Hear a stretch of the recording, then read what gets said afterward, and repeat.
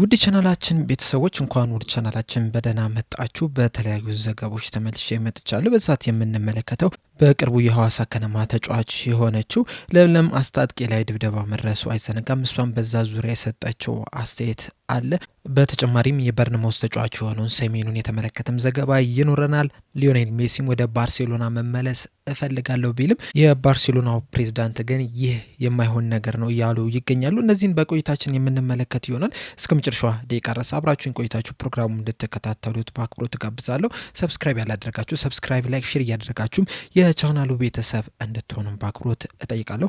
አሁን በቀጥታ ወደ ያስኩላችሁ ዘገቦች የምናመራ ይሆናል። በመጀመሪያ የምንመለከተው የሐዋሳ ከነማ ተጫዋች የሆነችውን ለምለም አስታጥቄን የተመለከተውን ዘገባ ይሆናል። ይህን ሰሞን በወጡ የተለያዩ ቪዲዮዎች በማህበራዊ ሚዲያ እንደተመለከትነው ከሆነ የብሔራዊ ቡድንና የሐዋሳ ከነማ ተጫዋች የሆነችው ለምለም አስታጥቄ ላይ ድብደባ መድረሱ አይዘነጋም። በዛ ዙሪያም የሰጠችው አስተያየት አለ። እንዴት ይህ ነገር ሊፈጠር እንደቻለ በሰጠችውም አስተያየት ምንድን ያለችው የማደርገው ቁምጣ ስለጠፋብኝ እና ክለቡ የሰጠኝ ማሊያ ስለሰፋኝ ቁምጣውን ብቻ ከማሰራ ብዬ ሌላ 2 ማሊያ እንዲሰራልኝ ለክለቡ ቡድን መሪ ደውዬ ጠየቅኩት። ያኔ ብሔራዊ ቡድን ነበርኩኝ። በራሴ ወጪ ማሰራት ስለምችል እሱም እሺ ያለኝ፣ ብሩንም አስገባውለት። ከብሔራዊ ቡድንም ተመልሼ 2 ቀን ልምምድ ሰርቼ ቅዳሜ ጥቅምት 22 ማታ ማሊያ ልቀበል ወደ እሱ ክፍል ሄድኩኝ። እሱም ሰጠኝ። ሳየው ግን ሳይዙ ላርጅ ነው የነበረውና ይሄ ደግሞ እንደባለፈው ላርጅ ነው፣ ሚዲየም ነው ያዘዝኩት እኮ አልኩትኝ። ጥሩ ቀን አላሳለፈም መሰለኝ። ስሜታዊ ሆነ። ተረጋግተን እንድናወራ ላስረዳው ብሞክርም ውጭ ብሎ አስወጣኝ። ክፍሌ ገብቼ ማሊያውን ለካውትኝ። ከበፊቱ የባሰ በጣም ሰፊና ረጅም ነው የነበረው። ከዛም ከጓደኛዬ ጋር ማሊያውን ልንመልስለት ሄደን አንድ አንኳኳ፣ መልስ የለም። ሁለተኛ ሳንኳኳ ከፈተልን።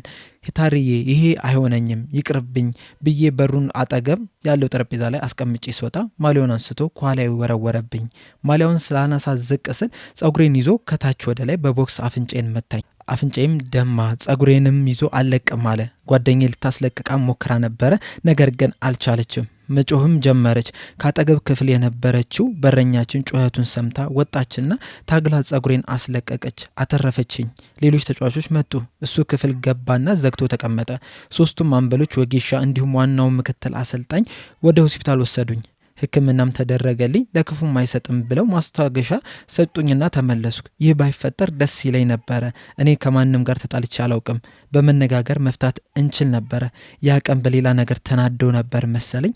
ስሜታዊ ሆኖ ያንን ጥቃት ፈጸመብኝ ብላ ሀሳቧን አጋርታለች። ነገር ግን እሷ ብቻ አይደለችም በዚህ ዙሪያ ሀሳቧን የሰጠችው። የቡድን መሪ የሆነው አቶ ታረቀኝ ወንድሙም በራሱ በኩል ስለ ጉዳዩ ስለ ምን እንደተፈጠረ የራሱን ሀሳብ ሰጥቷል። እሱም ምንድን ያለው፣ እኛ ሐዋሳ ዝግጅት ላይ ነበርን። ለምለም ለብሔራዊ ቡድን ተመርጣ ሄዳ ነበረ። ደውላ ማሊያ እንደጠፋባትና እንዳሰራላት ጠየቀችኝ። እኔም እሺ አልኳት። ገንዘብም ላከችልኝ። ኦሜጋ ጋርመንት 2ቱንም ማሊያ በሚዲየም ሳይዝ እንዲሰራላት አዘዝኩላት። ተሰራላት። ማሊያውን ስቀበል ግን ሳይዙን አላየሁትም ነበረ። ቦርሳ ውስጥ ከትቼ አዲስ አበባ ይዤላት ሄድኩ። ክስተቱ የተፈጠረው ቀን ላይ ማሊያውን ስጠኝ ብላ ደወለችልኝ። እኔ ባንክ ስለነበርኩኝ ስመለስ አልኳት። ማታ ላይም በማግስቱ ጨዋታ ስለነበረብን ለቅድመ ጨዋታ ተሰብስበን ነበረ። እኔ ከቡድን መሪነት ባለፈ የቀድሞ ግብ ጠባቂ ስለነበርኩኝ የቡድን በረኞች አሰልጣኝም ነኝ። 2ቱንም ስራ ደርቤ ነው የምሰራው። ስለ በረኞች እየተወያየንም እያለን አሁንም ማሊያውን ስትለኝ ጥቻት ልመለስ ብዬ ስብሰባውን ሳልጨርስ ወደ ክፍሌ ሄድኩኝ። ማሊያውንም ሰጧት። ይዛም እየሄደች እያለች ጃኬት ደርቤ ልወጣ ስል ተመልሳ መጣችና በሩን በኃይል ደበደበች። ምን ተፈጠረ ብዬ ደንግጬ ስከፍተው ምንድን ነው ያመጣልኝ? እኔ ያዘዝኩት ሚዲየም ነው አለችኝ። እኔ ሳይዝ አላየሁትም። አሁን ምን ማድረግ እችላለሁ ስላት እንዴት ነው የምትናገረው አለችኝ። ይዘሽ ሂጂና ከአሰልጣኝሽ ጋር ተነጋገሪ ብዬ አስወጣዋት። በሩንም ዘጋውትኝ። በጣም ደክሞኝ ስለነበረ ስብሰባውንም አልሄድም ብዬ አልጋዬ ላይ እያለው ከ5 ደቂቃ በኋላ የዶርማን ልጅ አስከትላ መጣች። በኃይል በሩ እንደበደበች። ድምጿንም ስለሰማው ዝም አልኩ። አሁንም አንኳኳች። ዝም አልኩ። በ3ኛው ከፈቱ። መጀመሪያ ማሊያውን እላይ ላይ ወረወረች። ልበሰውም አለችኝ። በጣም ስሜታዊ ስለሆንኩኝ በጥፊ መቷት፣ ነሰራት። ጩኸት ተፈጠረ። ሰው ተሰበሰበ። ምክትል አሰልጣኟ ቪዲዮ መቅረጽ ጀመረች። ቪዲዮንም ለቦርድ አመራሮች ላከች። ወዲያው ከሆቴል እንድወጣ ተወሰነ። ወጣው። ሰኞ ዕለት ወደ ሐዋሳም ተመለስኩ የሚል ሀሳቡን አሰጥቷል። በዚህ ዙሪያም እንግዲህ የኢትዮጵያ ፌዴሬሽን የሐዋሳ ከነማ ነገሩን አጥርቶ እንዲናገር ወይም ስለተፈጠረው ነገር በግልጽ እንዲናገር ትዕዛዝም ሰጥቷል። እዚህ ላይ የምለው ነገር ቢኖር ምንድነው የፈለገ እንደዚህ አይነት ነገር ቢኖር አንደኛ እንደዚህ እስከ ጸብ ድረስ እስከ መማታት ድረስ የሚያደርስ ነገር መፈጠር የለበትም። በእርግጥ ይህ የሚያሳየው ምንድነው በሁለቱ መካከል አለመከባበርንም እንዳለ ነው። እሷም የምትናገረው እሱ ጥፋተኛ እንደሆነ ነው፣ እሱም የሚናገረው እሷ ጥፋተኛ እንደሆነች ነውና ምንም አለመከባበርም ቢኖር እንደዚህ እስክትመታ ድረስ ደም በደም እስክትሆን ድረስ ነገሮች መፈጠር አልነበረባቸውም ባይ ነኝ። እዚህ ላይ እንግዲህ ሁለት ኃላፊነት መውሰድ ያለባቸው አካላቶች አሉ። አንደኛውና ዋነኛው ክለቡ ራሱ ነው። ሀዋሳ ከነማ እንደዚህ አይነት ነገሮች እንዲፈጠር መፍቀድ አልነበረበትም። እያንዳንዱን ነገር በደንብ መቆጣጠር ነበረበት። ከዛ በተጨማሪም ደግሞ ፌዴሬሽኑም ይህንን ነገር እንዳይፈጠሩ ማድረግ ነበረበት።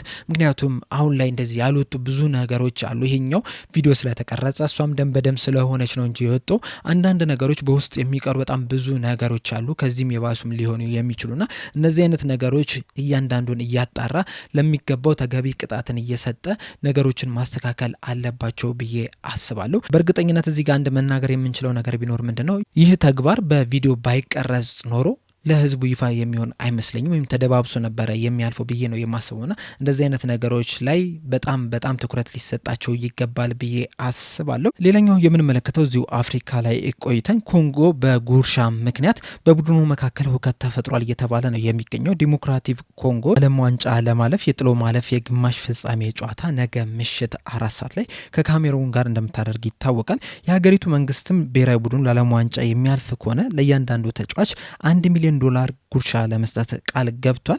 ነገር ግን ሀገሪቱ ያዘጋጀችው ጉርሻ ለተጫዋቾች ብቻ መሆኑ ሲገለጽ ለአሰልጣኞቹና ለአባላቶቹ አልተካተተም ተብሏልና ይህም ተግባር እንግዲህ የብሔራዊ ቡድን አሰልጣኝና አባላቶቹን ቅር አሰኝቷል ነው እየተባለ የሚገኘው።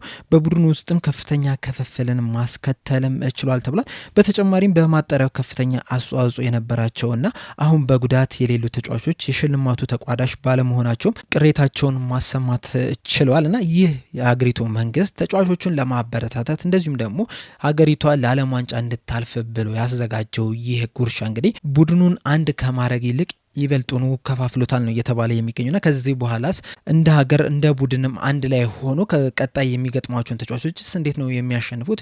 ይህስ የጉርሻ ክፍፍልስ ምን ያህል ጨዋታው ላይ ተጽዕኖ ይፈጥራል የሚለውን ነገር እንግዲህ አብረን የምንመለከተው ይሆናል። ቅድም እንዳልኳችሁ ነገ ካሜሩንን የምትገጥም ይሆናል። ከዛ ከካሜሩን ጋር የምታልፍ ከሆነ ደግሞ የጋቦንንና የናይጄሪያን አሸናፊ በፍጻሜ የምትገጥም ይሆናል። ከዛ በኋላ ነው እንግዲህ ለዓለም ዋንጫ የምታልፈውና ይህ ሁላ ውድድር እያለባት ገና ካሁኑ ግን እርስ በርስ መከፋፈል ይችላል። ይህ ነገር እንግዲህ በተለይ የጉርሻ ነገር ሁልጊዜም አፍሪካ ላይ የሚያጋጥም ነገር ሆኖ ተመልክተናል። ከዚህ በፊትም በእንደዚህ አይነት በጉርሻ ምክንያትም አንጫወትም ያሉን ብሔራዊ ቡድኖች አሉ፣ ከዚህ በኋላም ይኖራሉ። እንዲሁም አሁንም ራሱ የናይጄሪያ ተጫዋቾች ልምምድ አቁመዋል ነው እየተባለ የሚገኘው። የናይጄሪያ ብሔራዊ ቡድን ተጫዋቾች በዛሬው ዕለት የነበራቸውን ልምምድ አድማ በማድረግ አለመስራታቸው ተገልጿል። ተጫዋቾቹ የናይጄሪያ የእግር ኳስ ፌዴሬሽን ከ2019 ጀምሮ የነበራቸውን አበል እንዳልተከፈላቸው ገልጿልና በዚህ ምክንያትም ምንም አይነት ልምምድ አንሰራም ብለው አቁሟል እየተባለ ይገኛል። በነገው ዕለት ደግሞ ለዓለም ዋንጫ ለማለፍ የግማሽ ፍጻሜ ጨዋታ ከጋቦን ጋር የምታደርግ ይሆናልና ከዛ በፊት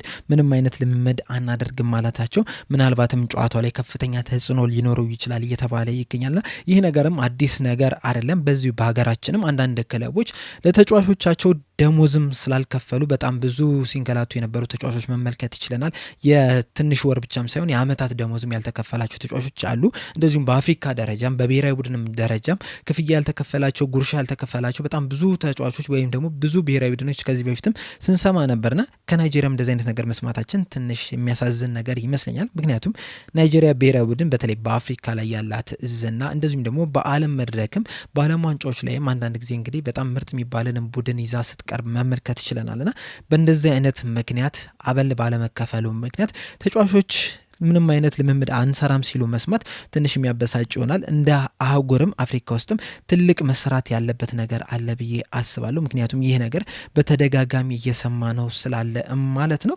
ሌላኛው የምንመለከተው ደግሞ አፍሪካዊ ተጫዋች የሆነውን አንቷን ሴሜኒዮን የተመለከተውን ዘገባ ይሆናል። አሁን ላይ በወጡት መረጃዎች መሰረት አንቷን ሴሜኒዮን ክለቡ ፈቃደኛ ከሆነለት በጥር የዝውውር መስኮት በርንማውዝን ለቆ ወደ ሌላ ትልቅ ክለብ ለማምራት እንደሚፈልግ ለክለቡ አሳውቋል እየተባለ ይገኛል። ባለፈው የክረምት የዝውውር መስኮት እንግዲህ የተለያዩ ክለቦች እዚህ ተጫዋች ላይ ከፍተኛ ፍላጎት ነበራቸው። በተለይ ደግሞ ቶተናም ይህንን ተጫዋች ሊያስፈርም የሚችልበት እድል አለ ሲባል ነበረ። ነገር ግን በስተመጨረሻ እነዚህ ክለቦች ሳያስፈርሙት ቀርተው እሱም ደግሞ በበርንማውዝ የሚያቆየውን አዲስ ኮንትራት መፈረም ችሏል። አሁን ላይ ደግሞ በቅርብ በወጡ ዘገቦች መሰረት ሊቨርፑሎች እዚህ ተጫዋች ላይ ከፍተኛ ፍላጎት አላቸው እየተባለ ይገኛል።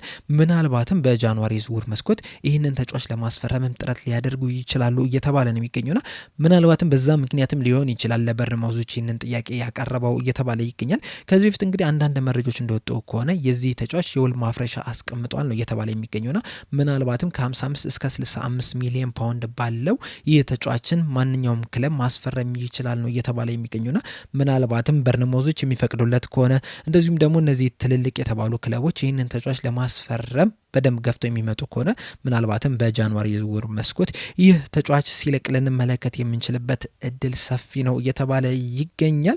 ሌላኛው የምንመለከተው ደግሞ የቀድሞ የማንቸስተር ዩናይትድ ተጫዋች የሆኑት ዋንዘቤ ማንቸስተር ዩናይትድ ላይ ክስ መስርቷል ነው እየተባለ የሚገኘው። ይህም ክስ የሚያተኩረው በማንቸስተር ዩናይትድ ያለው ያጋጠመኝ ጉዳት ነበርና በዛ ባጋጠመኝ ጉዳት ላይ በትክክለኛው መንገድ ትሪት አላደረጉኝም ወይም ደግሞ አላከሙኝምና በዛም ጉዳት ምክንያት የሚፈለግበት ደረጃ ላይ መድረስ አልቻልኩምና የዛኔ ያጠፉት እስካሁን ድረስም እየተከታተለኝ ይገኛልና አሁን ላይም የዛኔ ጉዳት ያጋጠመኝ በስነስርዓት ባለመታከሜ ምክንያት 100% አቅሜን እንዳልጠቀም አድርጎኛልና ለዛም ካሳ እፈልጋለሁ እያለ ይገኛል። ይህ ተጫዋች እንግዲህ በማንቸስተር ዩናይትድ ቤት 2015 ላይ ነበረ ከአካዳሚ ወደ ዋናው ቡድን መጠራት የቻለው። ከዛ በኋላ እንግዲህ 37 ጨዋታዎችን ማድረግም ችሏል።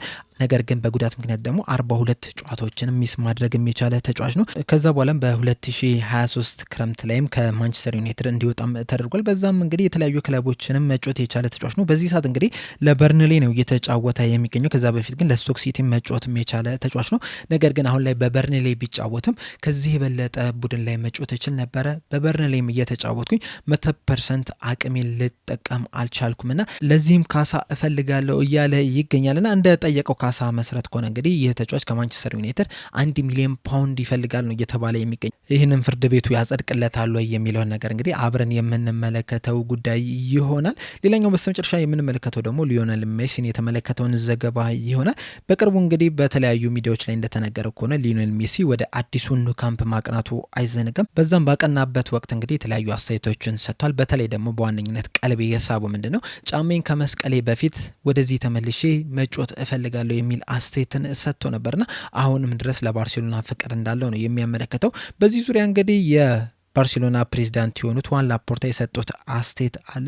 እሳቸውን በሰጡት አስተያየት ምንድነው ያሉት? ሊዮኔል ሜሲ ባርሴሎናን የለቀቀበት መንገድ ጥሩ ባይሆንም ምንም አይነት ጸጸት አይሰማኝም። ባርሴሎና ከማንም ተጫዋችም በላይ ስለሆነ የሊዮኔል ሜሲን መውጣት ግን ሁላችንም የምንፈልገው ነገር አልነበረም። ነገር ግን በወቅቱ ሊዮኔል ሜሲን ማቆየት የማይቻል ነገር ነበረ የሚል አስተያየትን ሰጥቷል። ወደ ባርሴሎና ተመልሶን መጫወት ላይም በሰጡት አስተያየት ምንድነው ያሉት? እኔም ቢሆን እንደ ባርሴሎና አባልነቴም ጭምር በዚህ ዙሪያ ላይ ምንም አይነት አስተያየትን መስጠት አልችልም። ምክንያቱም እንግዲህ የተረጋገጠ ነገር አይደለም፣ ስፔኩሌሽን ነው የሚሆነውና እንደዚህ መጥቶ ይጫወታል አይጫወትም የሚለው ላይ ምንም አይነት አስተያየትን መስጠት አልፈልግም ብለው ተናግረዋልና ምናልባትም ይህ ተጫዋች ተመልሶ ሊጫወት የሚችልበት እድል አለ። በተለይ ደግሞ እንደሚታወቀው የአሜሪካ ሊግ በሚዘጋበት ሰዓት የአውሮፓ ውድድሮች ሁሌ እንደተደረጉ ነውና ምናልባት በዛ በመሀል ላይ መጥቶ ትንሽ ጨዋታዎችን ተጫውቶ ሊመለስ የሚችልበት እድል ሊኖር ይችላል። ነገር ግን ደግሞ አሁንም ድረስ ባርሴሎናዎች ለሊዮኔል ሜሲ መክፈል የሚችሉበት ደረጃ ላይ ናቸው